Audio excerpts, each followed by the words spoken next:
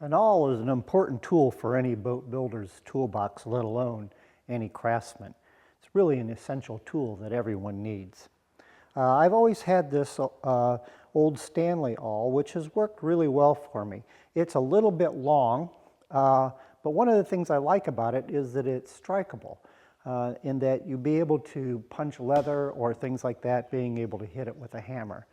So I decided, looking for a lathe project, that I would make my own awl, and one that is a little bit shorter and that it is also strikeable.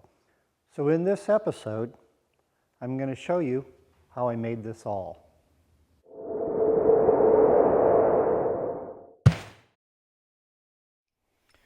Well, to get started making the awl, I collected some materials.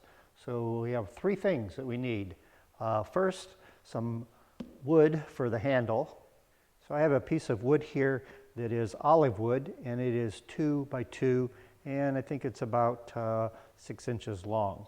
The other thing I need is a metal shaft for the awl, and I'm going to use a grade 5 bolt for this. This is a 4.5 inch, 1/4 inch bolt, and a flared nut, bronze nut fitting that is a 1/4 inch that'll fit in there like that.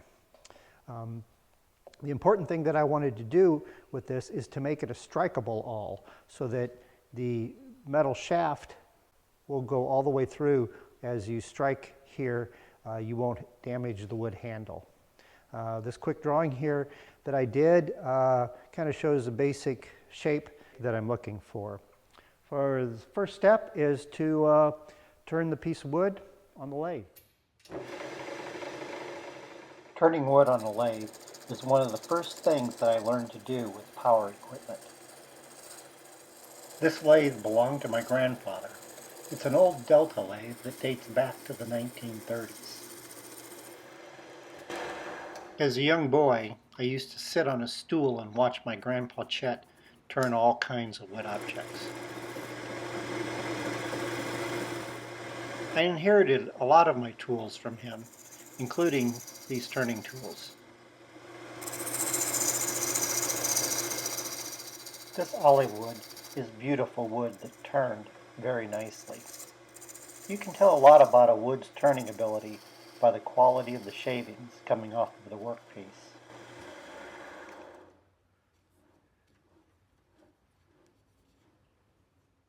Once I got the shape that I wanted, I then sanded them down to about a 320 grit.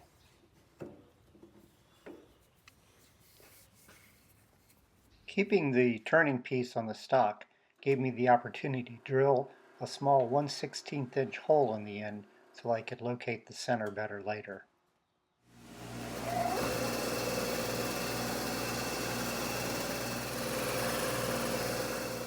After I cut the head off, I then took it over to the disc sander and re-rounded the top of it over.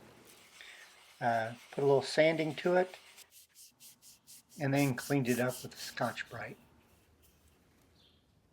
After measuring the head of the bolt, I drilled a 7/16 inch hole to the proper depth. I then drilled a 7/32 inch hole to accept a 1/4 inch bolt. This temporary bolt will allow me to have a good striking surface when attaching the brass ferrule. After heating the brass nut so that it would expand, I then drove the fitting onto the handle.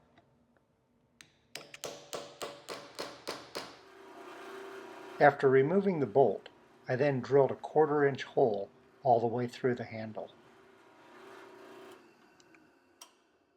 In preparing the metal shaft, I first placed it in my electric drill.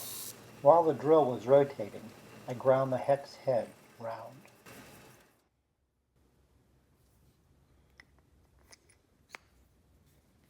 After I could see that it was a good fit, I then put the bolt the other direction into my drill, and as I was turning it, I put it across my belt sander.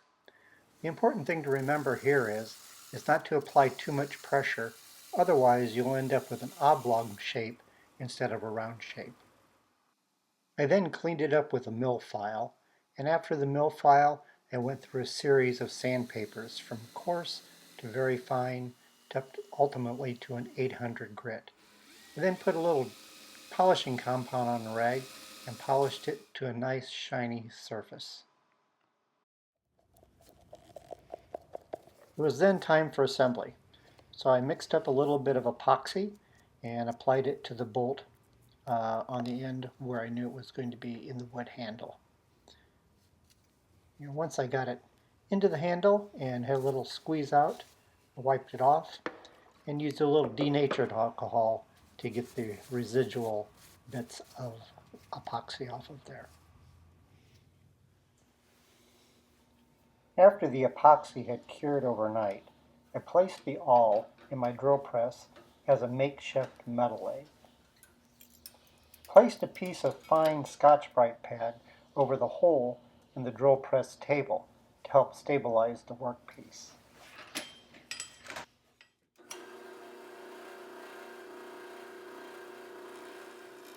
I shaped the ferrule using a mill file to get it round. Once I had it round, I used a variety of sandpapers to get it nice and smooth.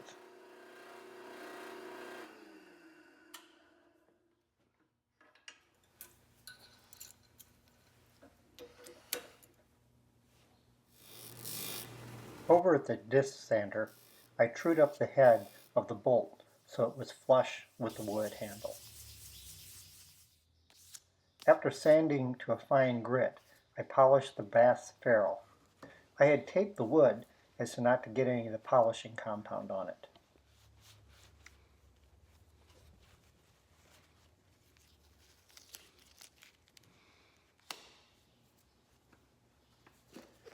It was then time to put a finish on the wood handle. I used some Danish oil, put several coats on, and then after they had dried, I paste waxed it.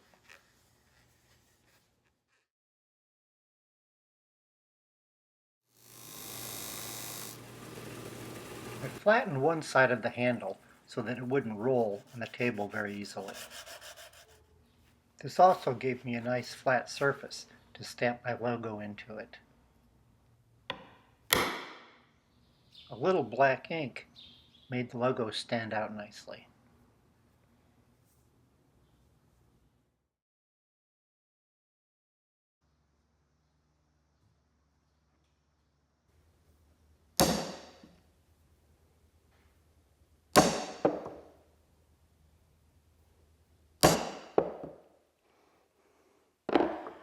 Well, it really works well.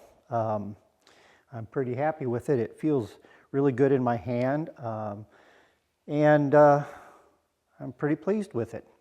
So if you liked this episode of tool making, please think about subscribing, and don't forget to hit that little bell so that you'll be notified when a new one comes out. In the meantime, remember, if you're going to make it beautiful.